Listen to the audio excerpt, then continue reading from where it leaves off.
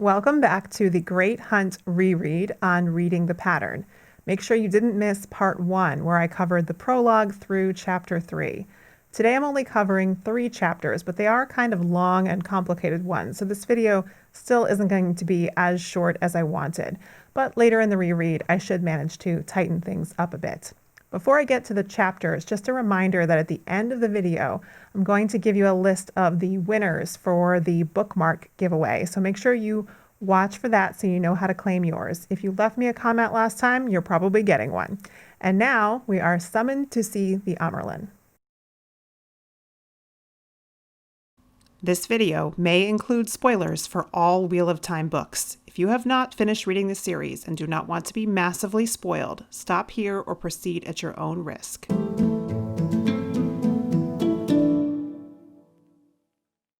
Chapter 4, Summoned. Moiraine is in her apartments in Fal Dara, preparing for her meeting with the Amyrlin, when there is an abrupt knock on the door. She opens it to find Anaya Sedai of the blue and Liandrin Sedai of the red. Anaya and Moiraine greet each other warmly, while Liandrin coldly and petulantly asks why Moiraine has warded the room so they cannot enter. Moiraine responds that she wards against all to prevent serving women from snooping, and suggests that they hurry so they don't keep the Amyrlin waiting. As they make their way through the halls, Moiraine asks them for news from Tar Valon. Anaya and Liandrin discuss the 3 new false dragons, and we learn that only one of them, in Saldea, can channel. While they are stopped to greet the Lady Amalisa, Liandrin puts on a show of open friendliness, and Moiraine catches a glimpse of Egwene sneaking by with a disguised Rand. They continue on and discuss Queen Morghase's uncertain hold on the throne of Andor, her daughter Elaine's potential to become an Aes Sedai, the Great Hunt being called in Ilion, rumors of Aiel and Seafolk stirring, and vague hints of trouble on Tomon Head and Almouth Plain. Outside the Amyrlin's quarters, they find some of their other sisters, but Lyanna, the Keeper, immediately brings Moiraine inside to meet with the Amyrlin. Siuan Sanche dispenses with pleasantries and tells Moiraine that Elaida has come to Tar Valon with Elaine and has gained a great deal of status over the girl's potential. Moiraine tells her about Egwene, who will be at least as strong as Elaine, and Nynaeve, who will be far stronger than both of them. Siuan moves right on to Elaida's other reason, which was to call out Moiraine before the hall for meddling with a young man who is ta'veren. Worse still, the Greens are now allied with the Reds in calling for Moiraine's censure and punishment. The Blue Aja is finding itself without allies, and Siuan and Lyanna, as well as the 2 blue sisters who accompanied them, were almost prevented from coming to Fal Dara. Then Siuan asks Lyanna to leave her alone with Moiraine, and she wards against eavesdropping. They embrace and recall their old friendship, and Siuan tells Moiraine that if anyone finds out what they have been up to, they will both be stilled. Chapter 5, The Shadow in Shinar. Alone with Moiraine, Siuan seems to express doubt about their plans and worries that she will become the 3rd Amyrlin ever to be deposed. The 2 previous had been Reds and replaced by Aes Sedai of the Blue, so the Reds will look for any opportunity to pull down an Amyrlin who had been raised from the Blue. Moiraine scolds her for wanting to give up when the world hangs in the balance, and Siuan gets her fire back. She berates Moiraine for not bringing Rand immediately to Tar Valon and for sending her so few messages. Moiraine tells her that he is so strongly ta'veren that they have far less control over events than they had hoped. Their attention shifts to the Horn of Valyr, which has been brought to Siuan to view. And Siuan worries that Logain could be the Dragon Reborn, even though he's already been gentled and is in Tar Valon, or that Mazrim Taim, who may have already been taken in Saldea, could be, but Moiraine is firm. Siuan sees that Moiraine has something else on her mind, and Moiraine shows her the broken pieces of what had been a seal on the Dark One's prison. Finally, they discuss Rand, who frightened Siuan when she saw him. Since their old plan to hide him safely in Tar Valon is now useless, Moiraine explains the new plan, which is to let him think they have no interest in him, and to convince Mat and Perrin to take the horn to Ilion in hopes that Rand will want to join them. Moiraine has made efforts to ensure they are not tracked and can travel safely until she could join him in Ilion, where she hopes he will gain a nation and an army behind him. Swan finally agrees, and Moiraine resists further talk that day, knowing that she cannot tell her friend everything. Moiraine attempts to appear chastened as she leaves. We shift to Jeffrem Bornhald, who is leading a group of 2,000 Children of the Light into a tiny village on the edge of Almouth Plain. He recalls his meeting with the Lord Captain Commander, Padron Niall, that led him here. His orders had forced him to leave Aemon Valda in charge in Andor, but Valda had more interest in following Elaine to Tarvalin than in toppling Morghese. Bornhald's own son Dane now follows Valda. The questioner, who greets Bornhald, is second to Jaikim Carradine, and won't tell him anything yet, except that there are strangers and probably dark friends with great forces on Tommen Head. We shift back to Liandrin, who walks into Lady Amalisa's quarters without knocking and orders her attendants out. She insults Amalisa by asking her if she walks in the light and tosses the book she had been reading into the fireplace. She lets Amalisa think she suspects Lord Agomar of being a dark friend, and then uses a trick of the power she learned in childhood to make Amalisa more pliable. She orders Amalisa to search the keep for the 3 young men who came with Moiraine, and then frightens and shocks her by telling her the Black Aja itself walked the halls of the keep. Psst, she's right in front of you. She promises protection if she obeys, and retribution for failure. Meanwhile, Thane is waiting in the dungeon, and someone comes to let him out. Chapter 6. Dark Prophecy. Rand wakes from a nightmare when he is hiding in Egwene's room, and finds Nynaeve knitting and waiting, dressed for the feast. Egwene is out visiting Padan Fain. Nynaeve is as willing to hide Rand as Egwene is, and she tells him she's noticed Lady Amalisa and her servants searching for something. Rand names the Dark One, believing him to be dead, and the room seems to lurch and he grows dizzy. And then suddenly they hear an alarm. Rand immediately thinks of Egwene in the dungeon and dashes out to go to her over Nynaeve's protests. He stirs up the women's apartments and comes face to face with Lyanna, but does not stop. He does draw his sword when he sees Trollocs and is stopped by a Fade, but Ingtar comes and stops him from facing it, telling him to go on to the dungeon and find his girl. In the dungeon, Rand finds the dismembered bodies of the guards and words written in blood on the walls. Most of it is Trolloc script, but there are also the words, "We will meet again on Tommen Head. It is never over, Althor." Rand tries to erase these words, but is stopped by Liandrin, who attempts to force him to tell her what he has to do with it. He resists her, but as she continues to press him, he almost reaches for Saidin when Moiraine interrupts. Rand finally looks around and sees that Fain is gone, the other prisoners are dead or traumatized, and Mat and Egwene lay unconscious. Moiraine examines both of them as 2 more Aes Sedai come in. Neither is badly hurt, but Mat's dagger has been stolen. Egwene is taken back to her chambers, and Mat is taken to the Amyrlin. Ingtar also arrives with the news that the Horn of Valyr has been stolen. Someone on the inside had cut the throats of the guards at the Dog Gate and let the Shadow Spawn in. Rand also learns that the earlier order to keep people in had not come from Lord Agomar, who has ordered it now. Farron and Seraphel are examining the writing on the walls with interest, and Rand hurries away. He runs into Lan, who tells him that Moiraine has had Agomar exempt him from the order that no one can leave.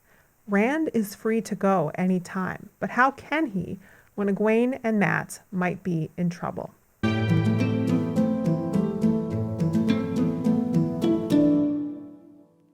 There's foreshadowing in this section, both for Swan being deposed and also for Egwene eventually becoming Amyrlin.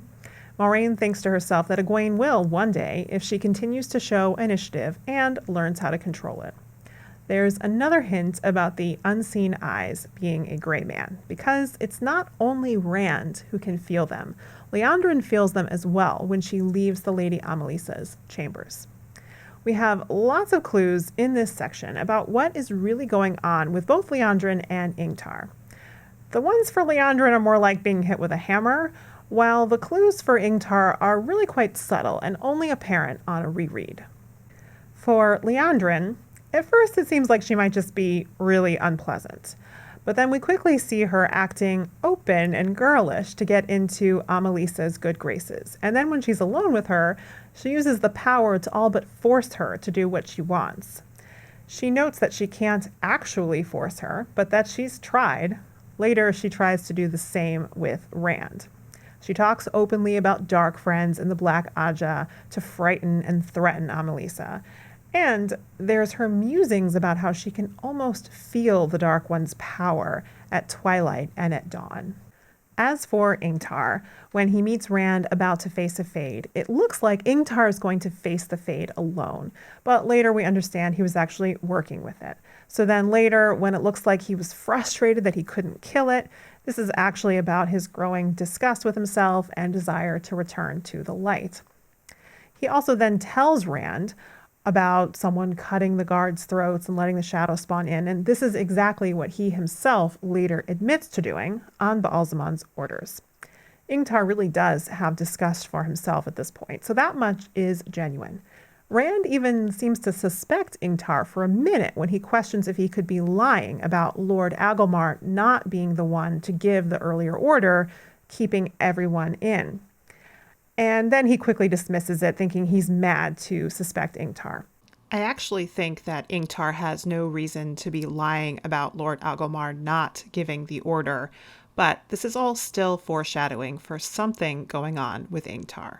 So who did give the order to bar the gates earlier in the day?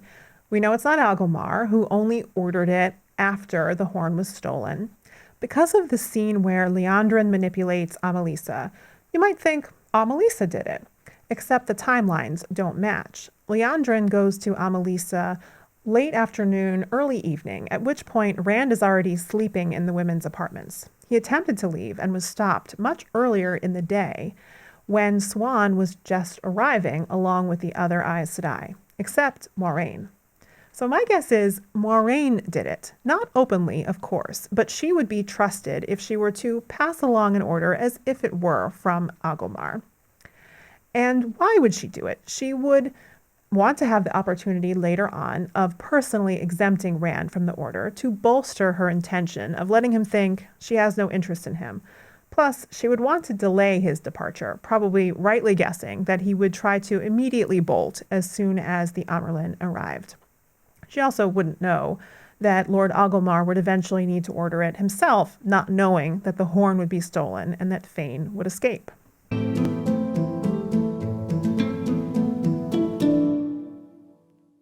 I'm excited to talk about Moiraine in this section because these are the first major POVs we get from her. I had to actually remind myself of that because I just covered New Spring. But the Moiraine we have here has come a long way from where she was in New Spring. She's very much in command of herself and her situation, as much as she can be, which I'll talk about more in the Ta'Veren section. Just as importantly, she's very well aware of how little control she can have and of her role in the pattern. Here we begin to understand her eye for details, her natural gifts, and her extensive training in subtle political manipulations. She puts on the Kessiera, the small blue stone she wears on her forehead, knowing it may throw other Aes Sedai off balance who have heard exaggerated rumors about what she can do with it. She notices every little oddity and questions what it might mean. For instance, she notices that something is up with Liandrin, even though that's a very minor question in comparison to everything else that she is focused on. I also got a lot out of Moiraine's assessment of Anaya. They have been friends, and Moiraine seems to genuinely appreciate Anaya's openness, honesty, and acceptance, which is very unusual for an Aes Sedai. Those who are more cunning also see these traits as being a kind of device, but Moiraine is able to see through this to the heart of Anaya. It was also interesting to see the anxiety Maureen has under the surface when she thinks about how Swan will react to her news. This to me highlights the distance between them compared to how they are at the end of New Spring. For the past 20 years, they've been working on the same goal, but in different places, and they're not the same women they were when newly raised. Despite this, she still has to work to act like any other sister would around Swan when Lyanna is in the room with them, though she fails at ever appearing truly meek. Because of their old relationship and their secret, there's still this warmth between them that Moiraine would not have for any other Aes Sedai. Swan is also probably one of only 2 people in the world that Moiraine would ever express her anger with, at least at this point in time. Of the 2 of them, it was also interesting that Swan was the one who expressed doubts, while Moiraine never wavers. Yet in New Spring, Swan was the more confident of the 2. But the most telling point, I'm afraid, is when Moiraine thinks to herself there are still things she cannot tell Swan. Exactly what is left unspecified. I think that little detail was included so we would still have some doubts about Moiraine's intentions and whether we can trust her. We understand here that she is manipulating Rand to let him think that she doesn't care about him, when in fact he is the most important thing to her by an order of magnitude. This does show some astuteness on her part, recognizing that attempts to directly manipulate Rand would backfire. But she still has not learned that openness and honesty would be better still.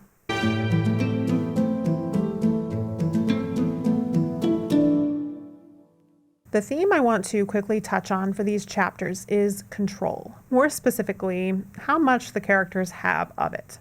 Moiraine is coming to realize how little control she has over major events when dealing with a Ta'veren like Rand. She wisely has shifted to attempting subtle influence. On the other hand, she has impressive control over herself. Contrast that with Liandrin, who wants to control everyone as much as she can, and yet she clearly does not control her own demeanor nearly as well as Moiraine does. Rand is desperately clinging to any control he can over his own life because he rightly fears how little he has. He has not yet gained anywhere near the understanding and discipline that Moiraine has.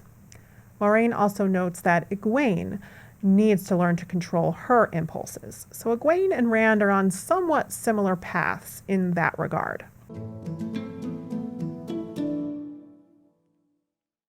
The most subtle moment that actually made me laugh is when Moiraine nods to Liandrin as she is entering the Amyrlin's quarters, as if Liandrin was holding the door for her. She does this entirely to get under Liandrin's skin and even manages to not smile at the flash of anger that goes across her face. Well played, Moiraine. I also had to smile at Lan ribbing Rand about running through the women's apartments in the middle of the night, dressed as a laborer and brandishing his sword. The image itself is hilarious, but especially Lan actually laughing out loud about it and speculating about what kind of Shienaran wife they might be looking for him to help settle him down. So here are the winners of the Reading the Pattern bookmark giveaway, whose addresses I still need to mail it to you. We have Silverbells Narishma, Joe Lee, Marty Beck, Rod Hahn, Gabe Rodriguez, Andrew Berenson, and Maj Sina. So if you can message me either through this email address or you can send me a private message through Ko-fi with a U.S. address, I will mail those right out to you. Stay tuned for next week's reread episode, which will cover chapters 7 through 9 and everyone's favorite cat crosses the courtyard moment.